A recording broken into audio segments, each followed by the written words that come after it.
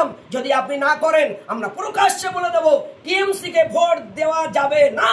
TMC কে যারা vote দেবে তাদের ঈমান থাকবে না। টিএমসি কে ভোট দেওয়া যাবে না। টিএমসি কে যারা ভোট দেবে তাদের ঈমান থাকবে না। এই ইমামরা সেদিনকে বোবা শয়তান হয়ে যাবে। এই বোবা শয়তানগুলোর কাঁচি দিয়ে আল্লাহ জিভ কেটে নেবে। এই বোবা শয়তানগুলো সেদিনকে আল্লাহর জাহান্নামের ফেরেশতারা ধরে নিয়ে সব জাহান্নামে দিয়ে দেবে। আমি এই পশ্চিমবঙ্গের সাধারণ নাগরিককে, সম্মানীয় নাগরিকদের বলতে চাই, আমি বিশ্ব মানব কল্যাণ ইসলামিয়া ট্রাস্টের সম্পাদক মাওলানা আব্দুল্লাহ হিল মারুফ, এটা খুব নিন্দাজনক, ন্যাক্কারজনক ঘটনা যে একটা সম্প্রদায়ের মানুষকে রাস্তায় আসছিল তাকে জোর করে ধরে আটকে তাকে লাঠি উঁচিয়ে তাকে মারতে যাওয়া হচ্ছে, তাকে মারা হচ্ছে, আর বলা হচ্ছে জয় শ্রীরাম বল। এটাকে কোনো ধর্ম বলেছে? সনাতন ধর্ম মানে শান্তির ধর্ম। এইগুলো যারা করছে এরা হচ্ছে দেশের কুলাঙ্গার, এরা হচ্ছে আরএসএস বিজেপির মদত পুষ্ট হয়ে এইগুলো যে করছে, এটা করে মুসলমানদের দমানো যাবে না, ধমকানো যাবে না, চমকানো যাবে না, মুসলমানদের দমিয়ে রাখা যাবে না। আরো মুসলমানরা ঐক্যবদ্ধ হবে, শক্তিশালী হবে। যত আমাদের উপরে আঘাত করা হবে আমাদের সিদ্ধারা, তত আমাদের পশ্চিমবাংলার, ভারতবর্ষের, গোটা বিশ্বের মুসলমানের, গোটা বিশ্বের মানুষের সিদ্ধারা আমরা শক্ত করে আরো আন্দোলনে নামতে আমরা বাধ্য হব। এরা হচ্ছে দেশদ্রোহী, এরা হচ্ছে সংবিধান বিরোধী কাজ, এরা হচ্ছে দেশের কুলাঙ্গার, এরা হচ্ছে আপনার মানুষ নামের, এরা অমানবিক কাজ করছে। এটা সরকার যদি এর বিরুদ্ধে স্টেপ না নেয়, আগামী দিনে এই সরকারের বিরুদ্ধে আমরা পশ্চিমবাংলার মানুষকে এর বিরুদ্ধে আমরা রুখে দাঁড়াতে বলতে বাধ্য হব। এবং আগামী দিনে সরকার, এই পশ্চিমবঙ্গের সরকার, ইনি কি দেখতে পাচ্ছে না, ইনি কি শুনতে পাচ্ছেন না যে পুলিশ প্রশাসনকে দিয়ে তাদেরকে 24 ঘন্টার মধ্যে অ্যারেস্ট করিয়ে তাদেরকে উপযুক্ত শাস্তি দেওয়া হোক। আজকের এই পশ্চিমবঙ্গের মুখ্যমন্ত্রী কালা হয়ে গেছে, কানা হয়ে গেছেন, অন্ধ হয়ে গেছেন। আজকের ঘটিয়ারি শরীফের একটা ছেলে রাত্রে ঘুমিয়ে পড়ে তালদি স্টেশনে এসে নেমে জিজ্ঞাসা করেছিল, তার অপরাধে আজকের তাকে পিটিয়ে মেরে ফেলে দেওয়া হলো। আজ মুখ্যমন্ত্রীর সময় হলো না?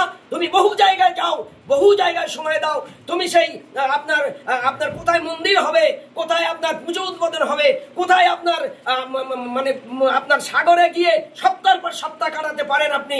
আজ আপনি 5 মিনিটের জন্য এই অত্যাচারীদের বাড়িতে এসে আপনি দোষীদেরকে ধরে উপযুক্ত শাস্তির ব্যবস্থা আপনি করতে পারছেন না। আপনার সময় নেই, আপনি আগামী দিনে সংখ্যালঘুদের কাছে ভোট চাইবেন না।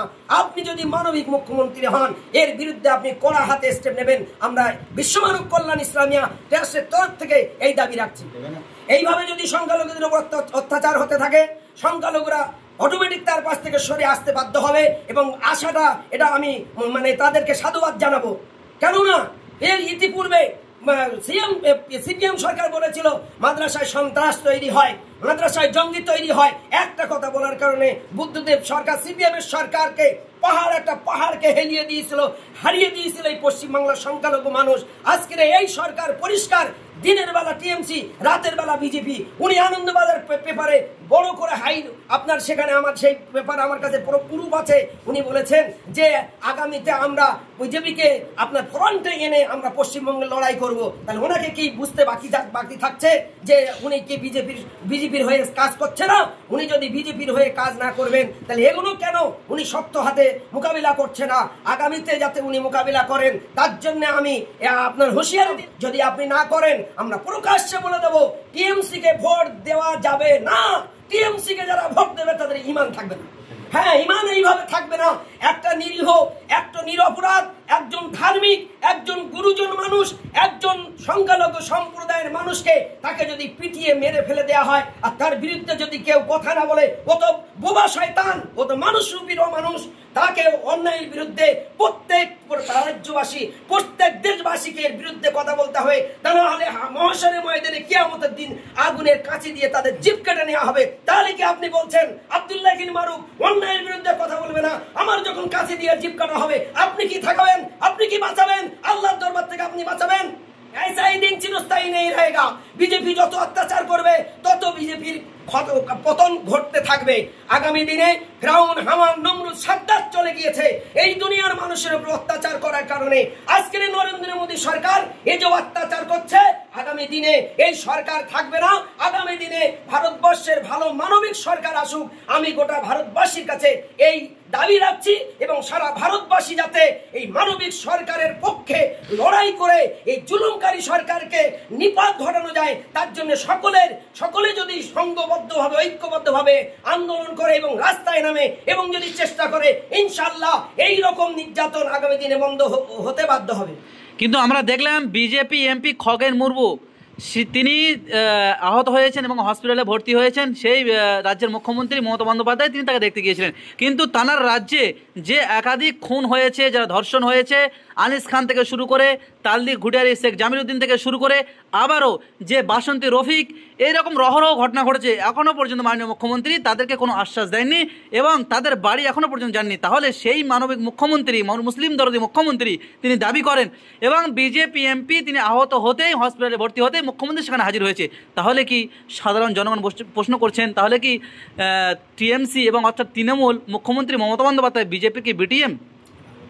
হ্যাঁ, একটু আগে যেটা বললাম, আনন্দবাজার পেপারে বড় করে সাংবাদিকরা খবর করেছিলেন যে উনি বলেছেন বিজেপিকে ফ্রন্টে এনে আগামী দিনে পশ্চিমবঙ্গে লড়াই করবেন। তাহলে এটাই তার প্রমাণ দিচ্ছেন যে একটা বিজেপি, উনি বলেন সাম্প্রদায়িক দল, আর সেই সাম্প্রদায়িক দলের একটা নেতা তিনি আহত হওয়ার কারণে যদি হসপিটালে দেখতে যেতে পারেন, একটা নিরীহ নিরপরাধ মানুষ, একটা ভালো সচ্চরিত্রের মানুষ, তাকে হত্যা করে পিটিয়ে মেরে দেওয়া হচ্ছে, তার বাড়িতে কি সরকার আসার সময় পায় না? তাহলে এখানে সংখ্যালঘু দরদি যে উনি মুখ্যমন্ত্রী বলেন, এটা উনি মিথ্যাচার করছেন, এটা উনি মিথ্যা কথা বলছেন, 100% মিথ্যা কথা বলছেন। আমি সংখ্যালঘুদের ভাবতে বলবো যে আগামী দিনে এর বিরুদ্ধে আপনার আন্দোলনে নামুন এবং মুখ্যমন্ত্রীকে জিজ্ঞাসা করুন কেন আপনি এই সমস্ত অত্যাচারীদের বাড়িতে যাচ্ছেন না, তাদেরকে হক ন্যায় বিচার পাইয়ে দিচ্ছেন না এবং তাদের পরিবারের পাশে দাঁড়াচ্ছেন না। আমি রাজ্যবাসীকে এই দাবি তোলার জন্য আহ্বান করছি, আবেদন করছি। কিন্তু এই পশ্চিমবাংলার মধ্যে যে ঘটনাগুলি ঘটছে, মুসলিম লিডাররা, ইমাম থেকে শুরু করে আরও যত মুসলিম লিডার রয়েছে, তাদের সাধারণ জনগণ তারা বলছেন যে 3000 টাকার কাছে মমতার কাছে বিক্রি হয়ে গেছে ইমাম সাহেবরা, তার জন্য মুখ খুলছে না।